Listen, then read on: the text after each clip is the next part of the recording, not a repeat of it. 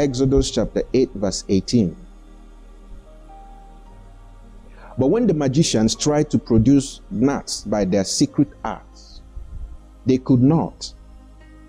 And the gnats were on men and animals. The magicians said to Pharaoh, "This is the finger of God." The magicians said to Pharaoh, "This is the finger of God." But how did they come to that conclusion? How did these magicians come to the conclusion that this is the finger of God? It's because they tried to reproduce the result of Moses, but they couldn't.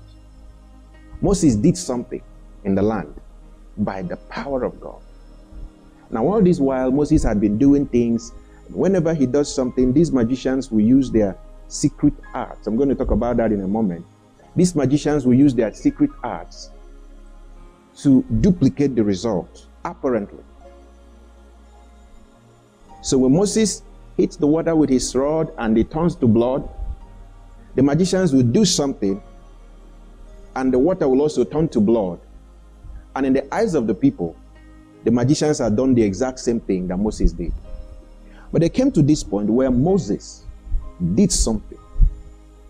And the magicians tried all they could to duplicate that result again and again and again and again.